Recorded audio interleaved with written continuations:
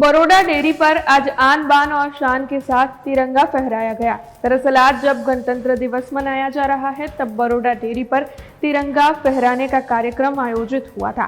इस दौरान बड़ौदा डेयरी के chairman Dinesh Patel, vice chairman GB Solanki, director Kuldeep Singh Rahul ji और अन्य कई अग्रणी विशेष तौर पर मौजूद रहे थे।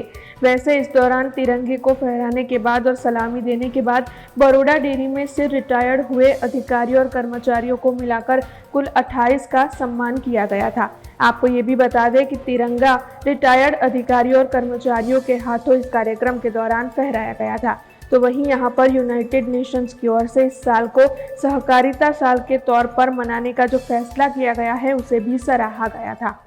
बड़ौदा डेयरी तमाम राष्ट्रीय पर्वों की उजवणी धामधूमથી કરે છે।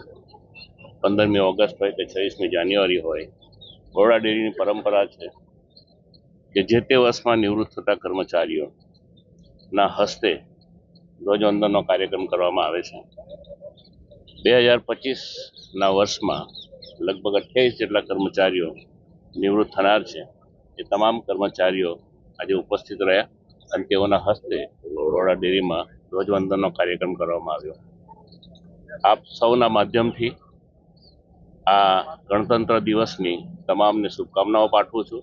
સાથે સાથે આજે યુએન દ્વારા 2025નું આજે વર્ષ છે તેને આંતરરાષ્ટ્રીય સહકારી વર્ષ જાહેર કરવામાં આવ્યું છે। તો આ સહકારી વર્ષ 2025ની પણ આપ સૌને ખૂબ ખૂબ શુભેચ્છાઓ પાઠવું છું।